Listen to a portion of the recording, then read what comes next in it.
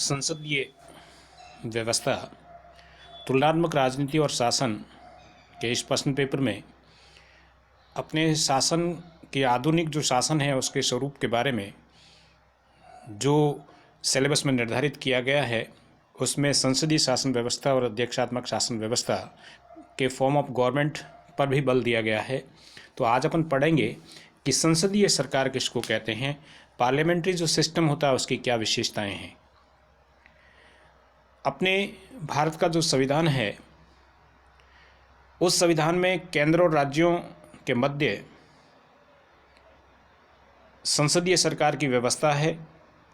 संविधान के अनुच्छेद 74 और 75 में केंद्र में संसदीय व्यवस्था का उपबंध करते हैं, तो राज्य में 163 और 164 जो अनुच्छेद है वो संसदीय शासन व्यवस्था की व्यवस्था करते हैं। आधुनिक लोकतांत्रिक सरकारें सरकार की कार्यपालिका और विधायिका अंगों के मध्य संबंधों की प्रकृति के आधार पर अपन शासन व्यवस्था को संसदीय या अध्यक्षीय या राष्ट्रपति में वर्गीकृत करते हैं। सरकार की संसदीय व्यवस्था वह व्यवस्था होती है जिसमें कार्यपालिका अपनी नीतियों और कार्यों के लिए विधायिका के प्रति उत्तरदायी होती है।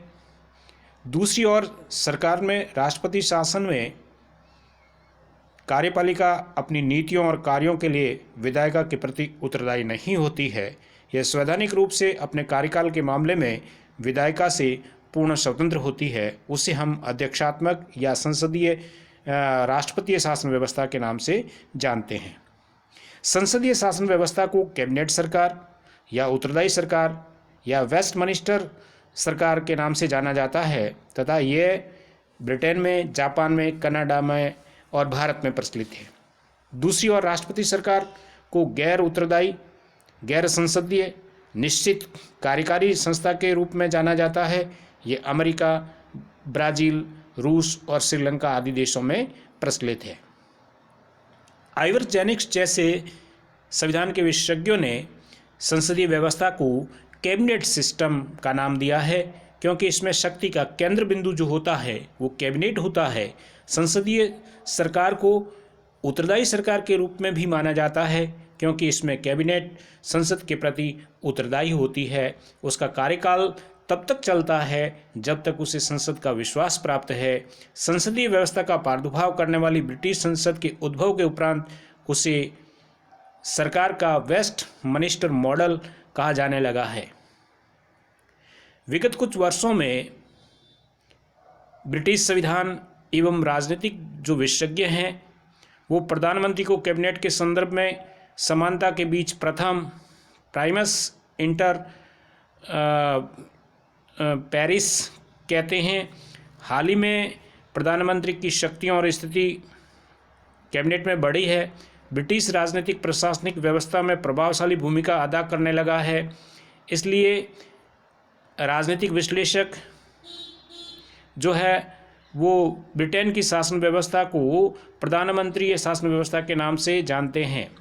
जहाँ तक संसदीय सरकार की विशेषताओं का प्रश्न है, संसदीय शासन व्यवस्था में कार्यपालिका दोहरी होती है, एक नाममात्र की और एक वास्तविक। बहुमत दल जो होता है वो शासन का हकदार होता है। सामूहिक उत्तरदायित्व का पालन होता है। राजनीतिक एकरूपता पाई जाती है। सदस्य जो होते हैं वो दोहरी सदस्यता रखते हैं, एक विधायिका से, दूसरी कार्यपालिका से। प्रधानमंत्री का जो नेतृत्व होता है वो प्रमुख भूमिका निभाता है। निचला जो सदन होता है वो प्रधानमंत्री की सिफारिश पर राष्ट्रपति के द्वारा विघटित किया जा सकता है। और नेक्स्ट जो विशेषता संसदीय शासन व्यवस्था की यह है कि उसमें गोपनीयता बनी रहती है। गोपनीयता उसका प्रमुख सूत्र है। जहाँ तक संसदीय शासन व्यवस्था के गुणों का प्रश्न है, इसमें विधायिका और कार्यपालिका के मध्य सामंजस्य बना रहता है। यह रिस्पॉन्सिबल गवर्नमेंट है। इसमें शासन व्यवस्था निरंकुश नहीं हो पाती है क्योंकि उस पर अंकुश लगा रहता है। संसदीय शासन व्यवस्था में वैकल्पिक सरकार की व्यवस्था रहती है। ये व्यापक प्रतिनिधित्व वाली सरकार होती है। लेकिन जहाँ तक संसदीय व्यवस्था के दोषों का प्रश्न है, इसमें सरकार तभी तक रह सकती है जब तक उसमें विश्वास है। तो ये सरकार प्राय अस्थिर सरकार भी होती है, नीतियों में निश्चितता का अभाव पाया जाता है, मंत्रिमंडल की निरंकुशता होती है। ये शक्ति पृथक्करण सिद्धांत के विरुद्ध अवधारणा है। इस प्रकार संक्षेप में अपन कह सकते हैं कि संसदीय शासन व्यवस्था जो है कि जो लक्षण है वो यह है कि इसमें दोहरी कार्यपालिका होती है, बहुमत का शासन होता है, सामूहिक उत्तरदायित्व होता है, राजनीतिक एकरूपता पाई जाती है, सदस्यों की दोहरी सदस्यता रहती है, प्रधानमंत्री का नेतृत्व होता है, निचले सदन का विघटन होता है, वहीं शक्तियों का जो है वो पृथक्करण नहीं होकर सम्मिश्रण होता है।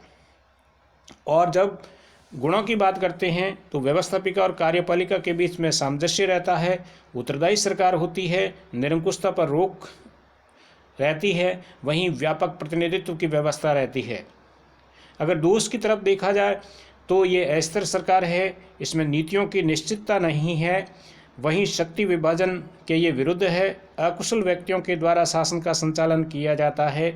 इस प्रकार जो संसदीय शासन व्यवस्था जो होती है वो उसके दोष पाए जाते हैं। लेकिन प्रश्न ये है कि संसदीय शासन व्यवस्था की स्वीकारोक्ता क्यों है या संसदीय शासन व्यवस्था को क्यों स्वीकारा जाता है। तो इसके पक्ष में अपन भारतीय परिप्रेक्ष्य में कह सकते हैं कि ये व्यवस्था से इसका निकट का संबंध होता है, इसमें उत्तरदायित्व के पालन की संभावनाएं अधिक रहती है, विधायिका और कार्यपालिका में टकराव प्राय नहीं होता और ये भारतीय समाज की प्रकृति के अनुकूल है, इसलिए भारत के द्वारा संसदीय शासन व्यवस्था को स्वीकार किया गया है।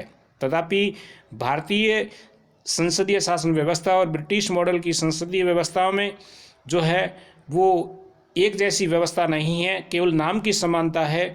व्यवहार में और व्यवस्थाओं में जो ब्रिटिश संसदीय शासन व्यवस्था का मॉडल है और भारतीय संसदीय शासन व्यवस्था का मॉडल है, उन दोनों में भिन्नता है। पहली भिन्नता यह है कि ब्रिटिश राजशाही के स्थान पर भारत में गणतंत्र पद्धति को अपनाया गया है। भारत में राज्य का प्रमुख अर्थात राष्ट्रपति निर्वाचित होता है, जबकि ब्रिटेन में राज्य का प्रमुख अर्थात राजा या जो रानी होती है वो वंशानुगत होता है। दूसरा अंतर यह है कि ब्रिटिश संसदीय व्यवस्था की संप्रभुता के सिद्धांत पर आधारित है, जबकि भारत में संसद सर्वोच्च नहीं है और शक्तियों पर भी प्रतिबंध है, क्योंकि यहाँ एक लिखित संविधान है, संघीय व्यवस्था है, न्यायिक पुनरावलोकन की व्यवस्था है और मूल अधिकार है।